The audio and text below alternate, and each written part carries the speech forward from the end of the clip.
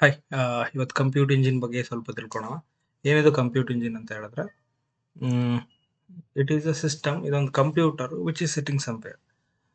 ಏನಿದ್ರ ಅರ್ಥ ಅಂತ ಹೇಳಿದ್ರೆ this is the main page. ನಾನೊಂದು ಫ್ರೀ ಅಕೌಂಟ್ ಕ್ರಿಯೇಟ್ ಮಾಡಿದ್ದೆ. ನಾನು ಹೇಳ್ತೀನಿ ಕಂಪ್ಯೂಟ್ ಇಂಜಿನ್ ಲಿಟ್ರಲಿ ಏನು ಅಂತ. ಇಲ್ಲಿ ಸರ್ಚ್ ಮಾಡಿ ಕಂಪ್ಯೂಟ್ ಇಂಜಿನ್ ಅಂತ ಸರ್ಚ್ ಮಾಡ್ರೆ ಬರುತ್ತೆ. Okay okay see compute engine ಅಂದರೆ ಕನ್ಸಿಡರ್ ನಿಮ್ಮ ಸಿಸ್ಟಮ್ ಅಥವಾ ನಿಮ್ಮ ಲ್ಯಾಪ್ಟಾಪ್ ಬಂದ್ಬಿಟ್ಟು ಕಾಮನ್ ಆಗಿ 1 TB ಆಫ್ ಸ್ಟೋರೇಜ್ ಇರುತ್ತೆ, ಮತ್ತು 16 GB ಇರ್ಬೋದು ಅಥವಾ 32 GB ಇರ್ಬೋದು. That's why. ಬಟ್ ಈಗ ನಿಮಗೆ ಸಿಸ್ಟಮ್ಮು ಜಾಸ್ತಿ ಹೈ ಪರ್ಫಾರ್ಮೆನ್ಸ್ ಸಿಸ್ಟಮ್ ಬೇಕಾಗಿರುತ್ತೆ. ಕನ್ಸಿಡರ್ ನಿಮಗೆ 64 GB ಇರೋ ರ್ಯಾಮ್ ಬೇಕಾಗಿರುತ್ತೆ. ನೀವೇನು ಮಾಡ್ತೀರಾ, ಫಸ್ಟ್ ಥಾಟ್ ಬಂದ್ಬಿಟ್ಟು ಅಪ್ಗ್ರೇಡ್ ಆಗ್ತೀರಾ ರ್ಯಾಮ್. ಸೊ ಓಕೆ, ಸ್ವಲ್ಪ ದಿನ ಯೂಸ್ ಮಾಡ್ತೀರಾ, ಮತ್ತೆ ನಿಮಗೆ ಇಂಟೆನ್ಸ್ ಪ್ರೊಸೆಸ್ ಮಾಡೋ ಜಾಬ್ ಬರುತ್ತೆ. ಅದಕ್ಕೆ ನಿಮಗೆ ಮತ್ತೆ ಪ್ರೊಸೆಸ್ ಜಾಸ್ತಿ ಬೇಕಾಗುತ್ತೆ, ಕೋರ್ ಜಾಸ್ತಿ ಬೇಕಾಗುತ್ತೆ.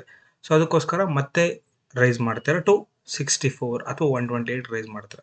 ಸೊ ಇದನ್ನು ನಾವು ಕೀಪ್ ಆನ್ ಇನ್ಕ್ರೀಸ್ ಮಾಡ್ತಾ ಹೋಗ್ತಿದ್ದಂಗೆ ಒಂದೊಂದ್ಸರಿ ಏನಾಗುತ್ತೆ ಅಂದರೆ ನಮ್ಮ ಹಾರ್ಡ್ವೇರ್ ಕೆಪಬಿಲಿಟಿ ಆಗೋದಿಲ್ಲ, ನಾವು ರ್ಯಾಮ್ ಇನ್ಕ್ರೀಸ್ ಮಾಡ್ತಾ ಹೋಗ್ತಾ ಇರ್ಬೇಕಾದ್ರೆ. ಸೊ ಅದಕ್ಕೋಸ್ಕರ ಈಗ ನಾವು ರ್ಯಾಮ್ ಇನ್ಕ್ರೀಸ್ ಮಾಡ್ತೀವಿ, ಹಳೆಯದು ಯೂಸ್ಲೆಸ್ ಆಗುತ್ತೆ. ಸೊ ಅದಕ್ಕೋಸ್ಕರ ಇದು ಕಂಪ್ಯೂಟ್ ಇಂಜಿನ್ ಅಂದರೆ it is one of the best concept. It is a computer. ಇದು ಕಂಪ್ಯೂಟರೇ. ಇದು ಕಂಪ್ಯೂಟ್ ಇಂಜಿನ್ ಅಂದರೆ computer which is sitting somewhere ಅಷ್ಟೇ. ಅಂದರೆ ನಾವು ಇದರಲ್ಲಿ ಡೇಟಾನ ಸ್ಟೋರ್ ಮಾಡ್ಬೋದು, ನೀವು ಡೇಟಾ ಪ್ರೊಸೆಸ್ ಅದು ಒಂದು ಅಪ್ಲಿಕೇಶನ್ ರನ್ ಮಾಡ್ಬೋದು, ಏನು ಬೇಕಾದ್ರೂ ನೀವು ಕಂಪ್ಯೂಟ್ರಲ್ಲಿ ಏನು ಮಾಡಿದ್ರೂ ಅದೆಲ್ಲ ಮಾಡ್ಬೋದು. ನೋಡೋಣ ಅದೇನು ಅಂತ. ಇಲ್ಲಿ ಕ್ರಿಯೇಟ್ ಇನ್ಸ್ಟೆನ್ಸ್ ಅನ್ನೋದ್ರ ಮೇಲೆ ಕ್ಲಿಕ್ ಮಾಡಿದ್ರೆ ಇದು ಕಂಪ್ಯೂಟರ್ ಹೆಸರು ಕೊಡಬೇಕು. ಏನಂತ ಕೊಡ್ತೀರಾ, ಏನಾದರೂ ಕೊಡ್ಬೋದು. ನಾನಿಲ್ಲಿ ಬಿಲ್ಲಿಂಗ್ ತೋರಿಸ್ತಾ ಇದೆಯಲ್ಲ, ಬಿಲ್ಲಿಂಗ್ ಮೇಲೆ ಆಮೇಲೆ ಬರ್ತೀನಿ. ಇದು ಜಸ್ಟ್ ನಾನು ನನ್ನ ಹೆಸರು ಕೊಡ್ತೀನಿ. ಓಕೆ, ಈ ಥರ ನನ್ನ ಹೆಸರು ಕೊಡ್ತೀನಿ. ನಿಮಗೆ ಈ ಕಂಪ್ಯೂಟರ್ ಎಲ್ಲಿ ಬೇಕು ಅಂತ ಫಸ್ಟ್ ನೆಕ್ಸ್ಟ್ ಕ್ವಶನ್ ಬರುತ್ತೆ. ಇದಂದರೆ ಏಷ್ಯಾದಲ್ಲಿ ಬೇಕಾ, ಡೆಲ್ಲಿಯಲ್ಲಿ ಬೇಕಾ, ಅಥವಾ ಬೇರೆ ಕಂಟ್ರಿಯಲ್ಲಿ ಬೇಕಾ, US ಸೆಂಟ್ರಲ್ಲಿ ಬೇಕಾ, ಎಲ್ಲಿ ಬೇಕಾದರೂ ಚೂಸ್ ಮಾಡ್ಬೋದು. ಒಂದು ಏಷ್ಯಾ ಪೆಸಿಫಿಕ್ ರೀಜನ್ ಅಂತ ಬರುತ್ತೆ, ಮತ್ತು ಯುರೋಪ್ ರೀಜನ್ ಅಂತ ಬರುತ್ತೆ, ಆಫ್ರಿಕನ್ ರೀಜನ್ ಅಂತ ಬರುತ್ತೆ, ಈ ಥರ ಎಲ್ಲ ಇದ್ದಾವೆ.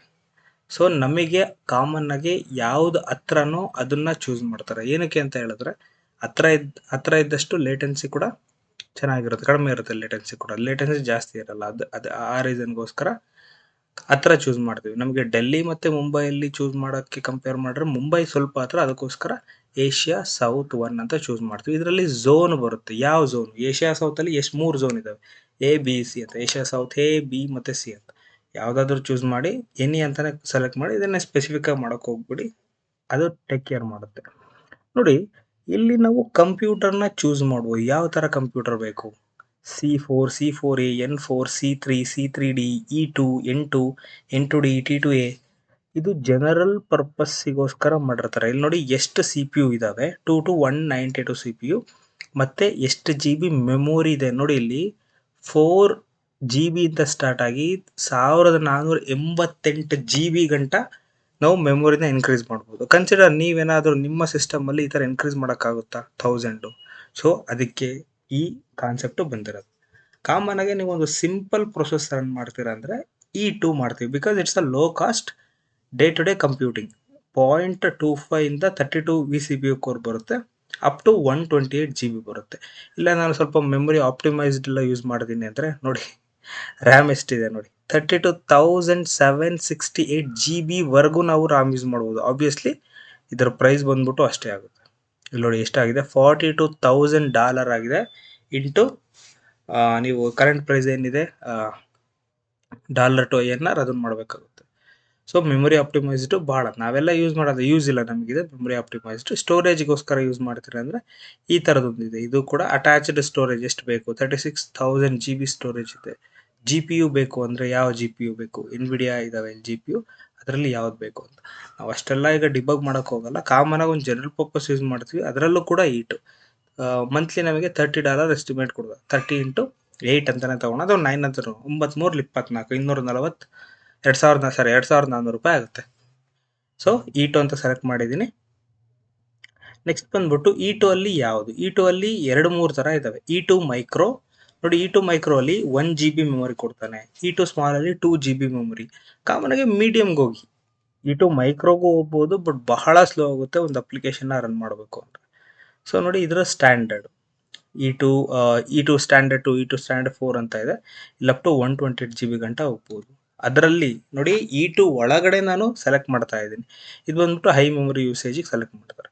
ಇದು ಬಂದ್ಬಿಟ್ಟು ಹೈ CPU. ನಮಗೆ ಸ್ಟ್ಯಾಂಡರ್ಡ್ ಅಥವಾ ಶೇರ್ಡ್ ಕೋರ್ E2 ಮೀಡಿಯಮ್ ಟು ಆಗಾದರೂ ಹೋಗ್ಬೋದು, ಅಥವಾ E2 ಸ್ಟ್ಯಾಂಡರ್ಡ್ ಟು ಸ್ಟ್ಯಾಂಡರ್ಡ್ 4 ಅಂತ ಹೋಗ್ಬೋದು.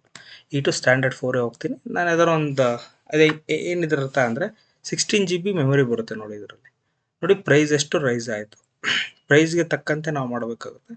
ನಂತರ E2 ಸ್ಟ್ಯಾಂಡರ್ಡ್ ಅಂದರೆ $30, $30 ಇದೆ. ನೆಕ್ಸ್ಟ್ ಈಗ ನಾನು OSನ ಪಿಕ್ ಮಾಡಬೇಕು. ಈಗ ಓಕೆ ಬೈ ಡಿಫಾಲ್ಟ್ ಅದು ತಗೊಳುತ್ತೆ, ಇಲ್ಲ ನಾನು ಸ್ಪೆಸಿಫಿಕ್ OSನ ಚೂಸ್ ಮಾಡ್ತೀನಿ, ಸ್ಪೆಸಿಫಿಕ್ ವರ್ಷನ್ನ ಚೂಸ್ ಮಾಡ್ತೀನಿ ಅಂದರೆ ನಾನು ಚೂಸ್ ಮಾಡ್ಬೋದು.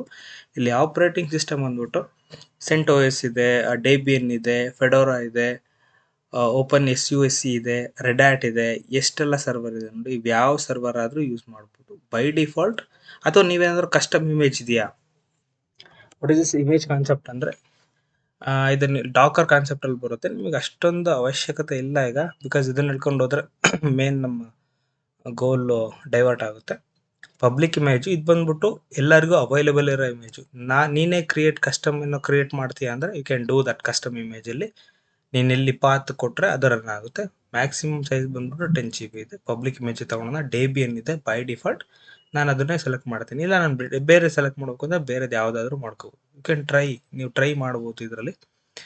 ಅದನ್ನು ಸೆಲೆಕ್ಟ್ ಮಾಡಿದ್ದೀನಿ. ಇದು ಬಂದ್ಬಿಟ್ಟು ಅಡಿಷನಲ್ ಸ್ಟೋರೇಜ್. ಏನಾದ್ರು ಸ್ಟೋರೇಜ್ ಏನಾದ್ರು ಆ್ಯಡ್ ಮಾಡ್ತೀವಿ ಅಂದರೆ ಸ್ಟೋರೇಜು ಸದ್ಯಕ್ಕೆ ಯಾವುದೂ ಇಲ್ಲ. ನೆಟ್ವರ್ಕ್ ಬಂದ್ಬಿಟ್ಟು ಅಲೋ HTTPS ಅಲೋ ಮಾಡಿ, ಬಿಕಾಸ್ ಎಕ್ಸ್ಟರ್ನಲ್ ಟ್ರಾಫಿಕ್ನ ಅಲೋ ಮಾಡೋದಕ್ಕೆ ಇದಾಗುತ್ತೆ. ನಿಮಗೆ ಯಾವ್ದಾದ್ರು ನೆಟ್ವರ್ಕ್ ಟ್ಯಾಗ್ ಇದೆ, ನೆಟ್ವರ್ಕ್ ಟ್ಯಾಗ್ನ ಮಾಡ್ಬೋದು. ನಿಮಗೆ ಇದ್ರ ಬಗ್ಗೆ ಐಡಿಯಾ ಎಲ್ಲ ನಾನು ಹೇಳ್ತೀನಿ ಮುಂದೆ ಹೋಗ್ತಾ. ನೆಕ್ಸ್ಟ್ ಅಬ್ಸರ್ವಬಿಲಿಟಿ ಎಲ್ಲ ಅವಶ್ಯಕತೆ ಇಲ್ಲ. ಸೆಕ್ಯೂರಿಟಿ ಮೇ ಬಿ ಅವಶ್ಯಕತೆ ಇದೆ. ನಮಗೆ ಡೇಟಾ ಇಂಜಿನಿಯರಿಗೆ ಅಷ್ಟೊಂದು ಗೊತ್ತಿರಲ್ಲ on the security aspects, literally ಗೊತ್ತಿರಲ್ಲ. ನಾವು ಮೇನು ಡೇಟಾ ಮೇಲೆ ವರ್ಕ್ ಮಾಡ್ತೀವಿ. ಸೊ ನಾನು ಇದನ್ನು ಕ್ರಿಯೇಟ್ ಮಾಡ್ತೀನಿ. ಜಾಸ್ತಿ ನಾನು ಏನೂ ಚೇಂಜ್ ಮಾಡಿಲ್ಲ. ಅಲ್ಲಿ ಕ್ರಿಯೇಟ್ ಮೇಲೆ ಕ್ಲಿಕ್ ಮಾಡ್ತೀನಿ. ಇದು ಮೇ ಬಿ ನಾಟ್ ಇವನ್ 1 ನಿಮಿಷ, ಒಂದು 30 to 40 ಸೆಕೆಂಡ್ ತಗೋಬೋದು ಮೇ ಬಿ. ಇದು ಯಾವುದೋ ಹಳೇದಿದೆ, ನಾನು ರೆಡಿಸ್ ಏನೋ ಮಾಡಿದೆ, ಡಿಲೀಟ್ ಮಾಡ್ತೀನಿ. ಅದು ನಾನು ಸ್ಟಾಪು ಮಾಡಿಲ್ಲ ಕೂಡ.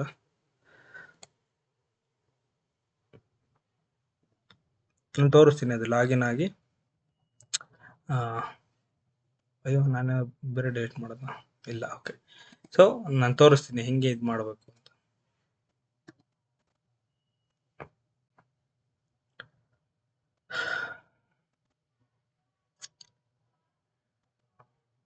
ನೋಡಿ ಇಲ್ಲಿ ನೀವು ಇದಕ್ಕೆ ಹೋದ್ರೆ ಇಲ್ಲಿ ಯಾವ್ಯಾವ images, patch, OS, VM manager, completely compute engine ಬಗ್ಗೆನೇ ಇದೆ ಇಲ್ಲಿ.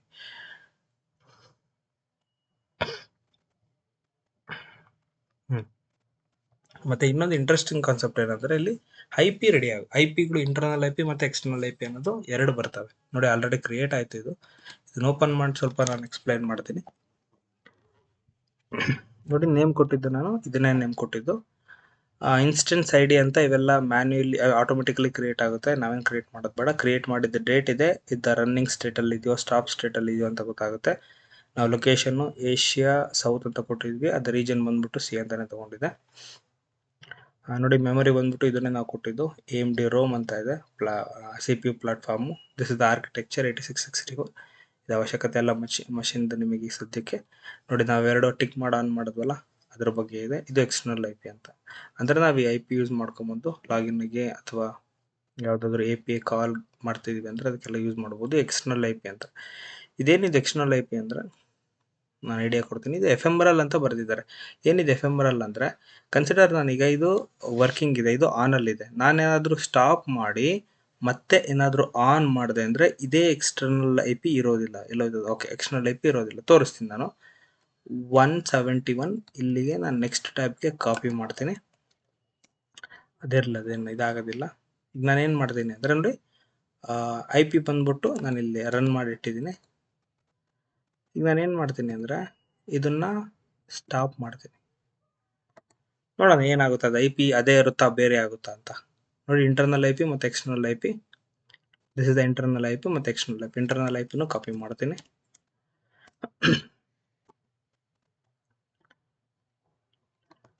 ಮೇ ಬಿ ಅಂಡರ್ 1 ಮಿನಿಟ್ ತಗೊಳತ್ತದು ಸ್ಟಾಪು. ನೋಡಿ ಇಲ್ಲಿ ಬರ್ತಾ ಇದೆ ಟೈಪ್ ಸ್ಟೇಟಸ್ ಏನಾಗ್ತಾ ಇದೆ, ಸ್ಟಾಪ್ ಆಗ್ತಾ ಇದೆಯಾ, ಇದಾಗ್ತಾ ಇದೆಯಾ ಅಂತ.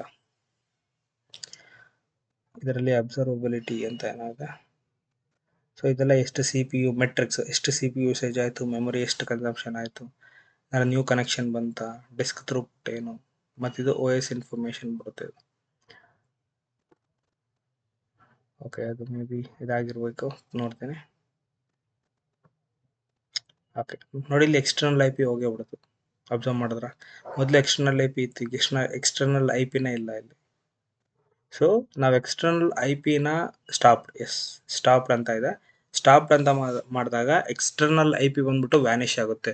ಇಲ್ಲ ನಮಗೆ ಅದೇ ಎಕ್ಸ್ಟರ್ನಲ್ ಐ ಪಿ ಬೇಕು ಅಂದರೆ ನಾವು ಆಲ್ಟರ್ ಮಾಡಬಹುದು, ನಾವು ಕ್ರಿಯೇಟ್ ಮಾಡಬೇಕಾದ್ರೇ. ಬಟ್ ಅದಕ್ಕೆ ಎಕ್ಸ್ಟ್ರಾ ಕಾಸ್ಟ್ ಆಗುತ್ತೆ. ಎಕ್ಸ್ಟರ್ನಲ್ ಐ ಪಿ ನಮಗೆ ಯಾವಾಗ ಕ್ರಿಯೇಟ್ ಮಾಡಿದ್ವು ಅದೇ ಬೇಕು, ನಮಗೆ ಚೇಂಜ್ ಆಗಲೇಬಾರ್ದು ಅಂದರೆ ನಮಗೆ ಅದಕ್ಕೆ ಎಕ್ಸ್ಟ್ರಾ ಕಾಸ್ಟ್ ಆಗುತ್ತೆ. ಸೊ ಈಗ ಎಕ್ಸ್ಟರ್ನಲ್ ಐ ಪಿ ಚೇಂಜ್ ಆಗಿರೋದನ್ನ ತೋರಿಸ್ತೀನಿ. ಒಂದ್ಸರಿ ಏನಾಗುತ್ತೆ ಅಂದರೆ ಅದೇ ಎಕ್ಸ್ಟರ್ನಲ್ ಐ ಪಿ ಬರ್ಬೋದು, ಅವೈಲೇಬಿಲಿಟಿ ಇದ್ರೆ ಅದೇ ಅಲೋಕೇಟ್ ಆಗುತ್ತೆ, ಕಾಮನ್ ಆಗಿ ಬರೋದಿಲ್ಲ. ಒಂದ್ಸರಿ ನಾನು ಕ್ರಿಯೇಟ್ ಮಾಡ್ಬೇಕಾದ್ರೆ ಏನಾಗಿತ್ತು ಅಂದರೆ ಸೇಮ್ ಎಕ್ಸ್ಟರ್ನಲ್ ಐ ಪಿನೇ ಬಂತು. ಈಗಲೂ ಕೂಡ ಅದೇ ಆಗಿದೆ ನೋಡಿ, 3447 201 171 ಅಂತಾನೆ ಇದೆ. 3447 ಆಗುತ್ತೆ ಈ ಥರ. ನೀವು ಬೇಕಾದ್ರೆ ಚೆಕ್ ಮಾಡಿ, ಎಕ್ಸ್ಟರ್ನಲ್ ಐ ಪಿ ಚೇಂಜ್ ಆಗುತ್ತೆ. ಸೊ ಇದೇನು ಅಂದರೆ ನಾನು ಲಾಗಿನ್ ಕೊಡ್ತೀನಿ. ಲಾಗಿನ್ ಕೊಟ್ಟು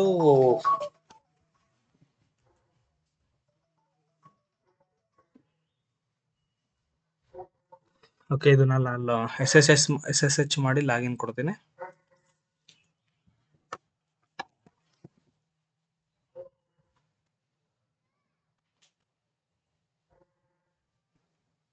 ಇದು ಆಥರೈಸ್ ಕೇಳುತ್ತೆ, ಅಂದರೆ ನಮ್ಮ ವಿ ಎಮ್ಗೆ ಆಥರೈಸ್ ಮಾಡೋದಕ್ಕೆ.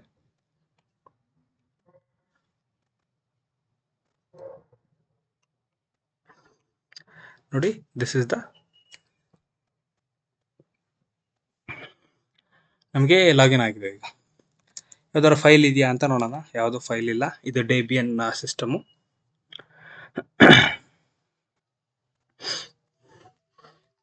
Debian system. ಈಗ ಕನ್ಸಿಡರ್ ನಾನೊಂದು ಫೈಲ್ ಕ್ರಿಯೇಟ್ ಮಾಡ್ತೀನಿ, ಅಥವಾ ಓಕೆ ಒಂದು ಫೈಲ್ ಕ್ರಿಯೇಟ್ ಮಾಡ್ತೀನಿ. main.py ಅಂತಾನೆ ತಗೊಳೋಣ. ಇಲ್ಲಿ hi hello how are you ಅಂತ ನಾನು ಕ್ರಿಯೇಟ್ ಮಾಡಿದೆ. ನಿಮಗೆ ಸ್ವಲ್ಪ ಬೇಸಿಕ್ ಲಿನಕ್ಸ್ ಕಮಾಂಡ್ ಗೊತ್ತಿರಬೇಕು. ಇಲ್ಲಿ ನಾನೇನು ಮಾಡ್ತಾಯಿದ್ದೀನಿ, ನಾನೇನಕ್ಕೆ ವಿ ಐ main.py ಅಂತಾನೆ ಚೂಸ್ ಮಾಡಿದೆ. ವಿ ಐ ಅಂದರೆ ಇಟ್ಸ್ ಒಂದು ವರ್ಚುವಲ್ ಎಡಿಟರ್ ಅಂತ, ನೀವು ಅದನ್ನೇ ಯೂಸ್ ಮಾಡಬೇಕು ಅಂತ ಇಲ್ಲ. ನ್ಯಾನೋ ಎಡಿಟರ್ ಇದೆ, ಅದನ್ನು ಬೇಕಾದ್ರೂ ಯೂಸ್ ಮಾಡ್ಬೋದು. ಭಾಳ ಎಡಿಟರ್ಗಳಿದ್ದಾವೆ, ನಾನು ಅದನ್ನು ಯೂಸ್ ಮಾಡ್ತೀನಿ. ಕ್ಯಾಟ್ ಕಮಾಂಡ್ ಏನಕ್ಕೆ ಯೂಸ್ ಮಾಡ್ತಾರೆ ಅಂದರೆ ನಾವು ಡೇಟಾ ಏನಿದೆ ಅದನ್ನು ಡಿಸ್ಪ್ಲೇ ಮಾಡೋದಕ್ಕೆ. ನೋಡಿ, ಸೊ ಇದರಲ್ಲಿ ಭಾಳ ಇದೆ ಲಿನಕ್ಸಲ್ಲಿ. ಲಿನಕ್ಸ್ ಅಂತೂ ಹೇಳ್ಕೊಡ್ತಾ ಇಲ್ಲ ಇಲ್ಲಿ ನಿಮಗೆ. ಮೇ ಬಿ ನಾನು ಕಂಪ್ಯೂಟರ್ ಇಂಜಿನ್ ಹೆಂಗೆ ಕ್ರಿಯೇಟ್ ಮಾಡಿ ಅದರ ಒಂದು ಅಪ್ಲಿಕೇಶನ್ ಡೌನ್ಲೋಡ್ ಮಾಡಬೇಕು ಅಂತ ಹೇಳಿದ್ರೆ ಒಂದು ಪೈಥಾನೇ ನಾನು ಇನ್ಸ್ಟಾಲ್ ಮಾಡ್ತೀನಿ ಅಂತ ಅಂದ್ಕೊಳ್ಳಿ.